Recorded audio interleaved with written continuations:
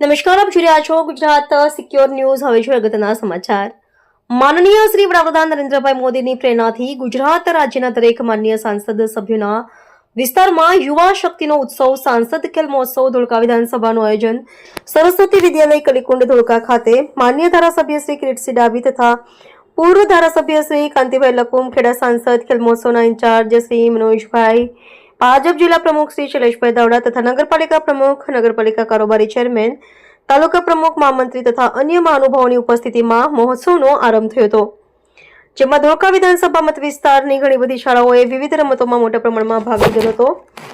જેમાં વટામણ કન્યા પ્રાથમિક શાળાની 14 વર્ષથી નીચેની વય જૂથમાં વોલીબોલ ટીમ સાંસદ ખેલ મહોત્સવમાં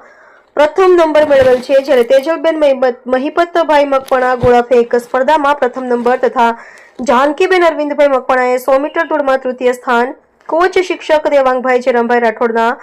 માર્ગદર્શન હેઠળ ખૂબ જ સારું પ્રદર્શન તાલુકાની સ્પર્ધામાં કરેલ છે,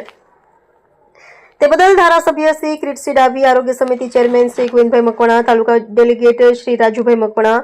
તાલુકા પ્રાથમિક શિક્ષણ અધિકારી શ્રી દીપકભાઈ પારેખ, બીઆરસી શ્રી વિક્રમસિંહ પરમાર, સીઆરસી ભરતભાઈ તથા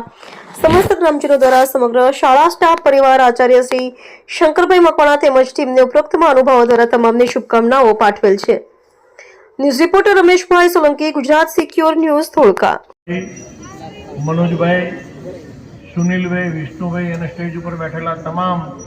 ભારતીય જનતા પાર્ટીના ચૂંટાયેલા અને સંગઠનના સૌ હોદ્દેદારશ્રીઓ, સામે બેઠેલા